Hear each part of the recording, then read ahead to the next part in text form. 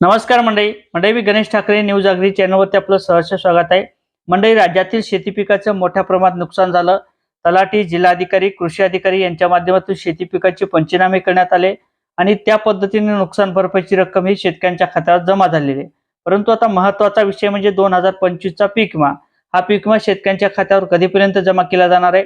त्याचबरोबर पैशाची आणेवारी कोणकोणत्या जिल्ह्यात कमी आलेली आहे? 50 पैशाच्या जर आत पैशाची आणेवारी आलेली असेल तर त्या ठिकाणच्या शेतकऱ्यांना पीक विमा असेल, कर्जमाफी असेल, अशा योजनेचा लाभ दिला जातो। कारण तर यापूर्वी जो काही पीक विमा वाटप केला जात होता, ज्या शेतकऱ्यांनी तक्रार केल्या अशा शेतकऱ्यांच्या खात्यात पीक विम्याची रक्कम ही दिली जात होती। परंतु पीक विम्याचे ट्रिगर काढून टाकण्यात आलेले आणि आता पैशाची आणेवारीनुसार पीक विमा सुद्धा दिला जाणार आहे। पैशाची आणेवारी कोणत्या भागात कशा पद्धतीने आलेली आहे हे आपण थोडक्यात समजून घेण्याचा प्रयत्न करणार आहोत। तर पीक विमा कोणकोणत्या जिल्ह्यात मिळू शकते हे देखील आपण समजून घेण्याचा प्रयत्न करणार आहोत। किती हेक्टर